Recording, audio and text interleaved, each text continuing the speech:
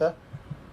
And that's not the way we were supposed to play football, and that's not what we're all about. But we didn't play well yesterday, and I was embarrassed in how we played yesterday. The personnel is good enough, but the execution isn't good enough.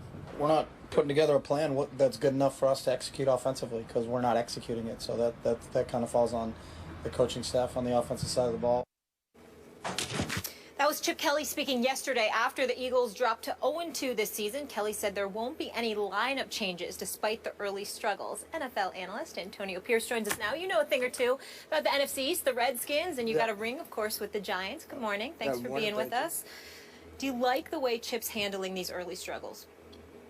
Do I like it? I think he's doing what any other coach would do in this situation. He's not trying to panic, trying to make it look like he has control over it. But the matter of fact is he does not. And when you look at it, and the reason I say is because he has his hands on everything that's going on in this organization.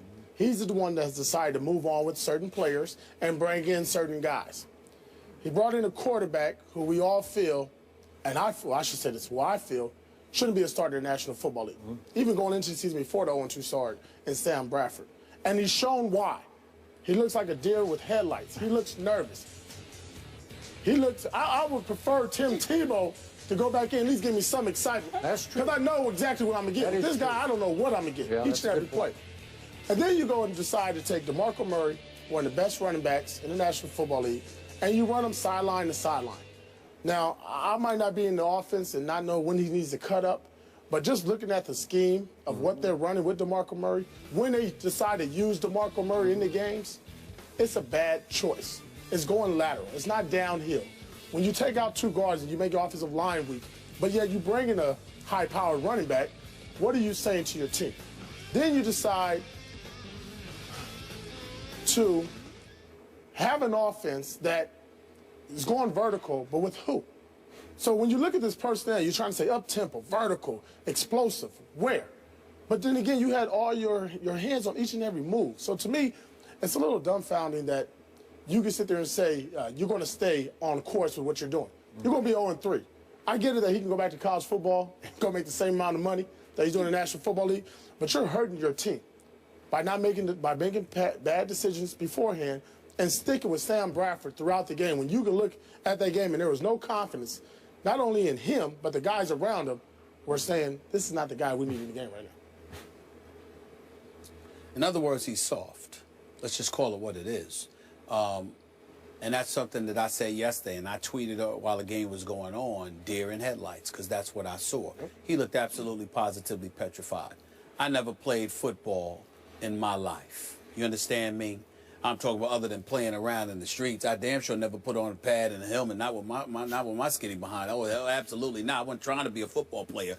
But even I knew. You know, you can smell blood. You know, you're a football player on that football field for the Dallas Cowboys on Sunday afternoon. You were like sharks in blood-infested waters. I'm talking about Sam Bradford was prime meat. It was just so obvious. It was alarming at how obvious it was. But I also look at Chip Kelly, and I think that ultimately the downfall of the Philadelphia Eagles will potentially be the arrogance of its head coach and de facto GM as opposed to the quarterback itself. And here is why. Sam Bradford showed me something in that second half against the Atlanta Falcons. He showed me that he could fling that football. He showed me that he could hit open targets. You look at a Jordan Matthews, you look at Aguilar, you look at, I ain't going to bring up Riley Cooper, but the Darren Sproles. The Dallas Cowboys played Darren Sproles effectively on Sunday. We understand that. But the other receivers, you don't know what they could do because Dallas was getting pressure on Sam Bradford because he was dancing in the pocket like their late, great Gregory Hines, God rest his soul. He was tap dancing like that when he could. In the end, though, I still point the finger at Chip Kelly because Deshaun Jackson is gone, because he got rid of 9 players on both sides of the ball who are contributing for other teams immediately. There's a LaShawn McCoy, there's a Jeremy Maclin, there's a Harriman and a Mathis, okay, who are in Indy and Denver respectively. Then you look at a guy like Trent Cole, he's gone. You look at some of these guys that they have, and you never hear a coach speak against continuity, speak against experience, speak against doing things that are tried and proven to work. In the case of Chip Kelly, he seems to be a guy that goes against the premise that you've got to have talent to win on this level. His attitude is, no, my system is fine. whatever you don't think is talent will work in my system. It does not matter what history has shown about the NFL game. And I could be wrong because Chip Kelly is 10-6 over the first 2 seasons of his coaching career. But I simply don't look at a man who I believe is long for the NFL. Really? I think that he's somebody that's destined to return to college because all he sees is his way. And the NFL is a man's game. No matter how talented you are, and I know this because of my years of covering basketball, you can have talent. You can have talent, and that will elevate you. You got to have some toughness, but you can have talent, and that will elevate you. You could be the most talented dude in the NFL. If you wilt, once you get punched in the mouth, you are done. Because unlike the NBA and other sports, in the NFL, you have a license to assault people. You can't just have talent. You have to have toughness in order to succeed in the NFL. And I question that about Sam Bradford, which is why I don't think the Eagles are going to. I've changed my position on the Eagles. I know they got the talent. I didn't believe that I would look at them and feel like they were soft. That's how I feel about them now. Not defensively. Offensively, I'm talking about.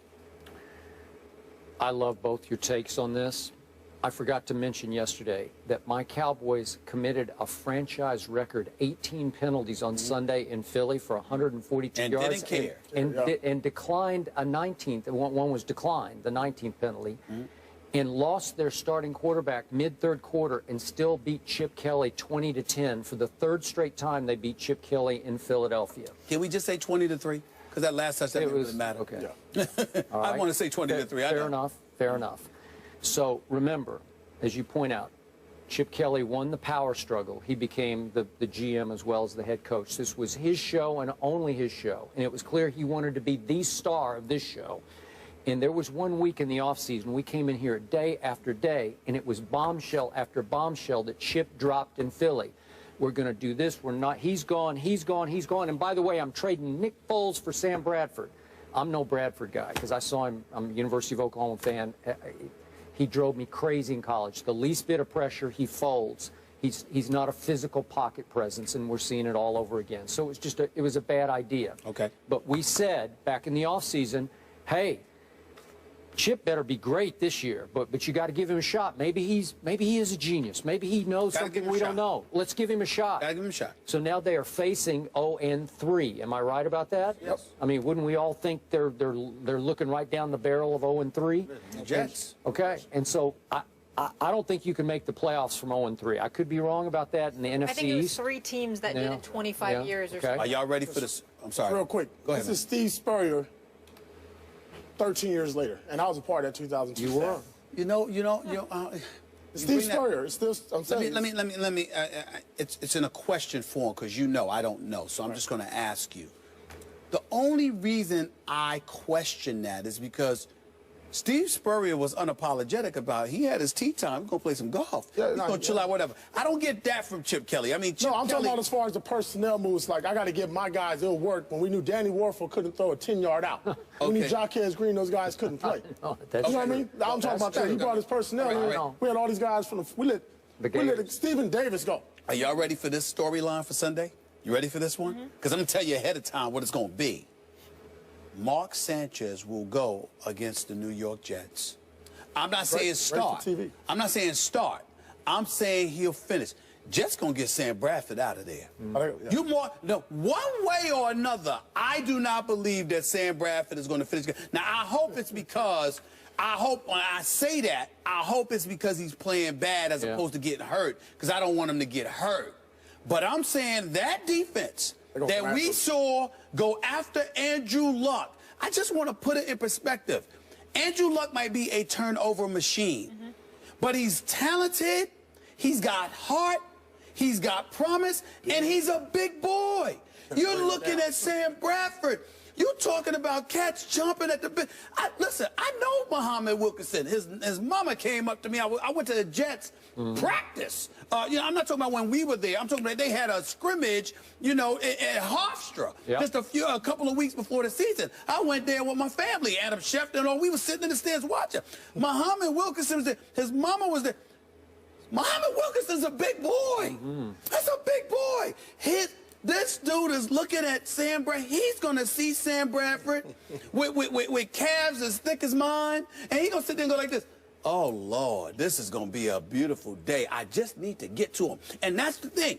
The Dallas Cowboys is very, very interesting. You brought that up. Skip 18 penalties, 19 turned down. You know what the Dallas Cowboys are saying? Hell with the penalties. We're going to soften this brother up. That's what we're going to do. Am I lying? No. We're going to soften him up. If this is the Dallas Cowboys, we talking about the New York Jets here. You see that defense? The corners are like, we got you. Don't worry about it. Just send the sink. I agree. Send the kitchen sink at them. I'm scared for Sam Bradford. I'm petrified for him.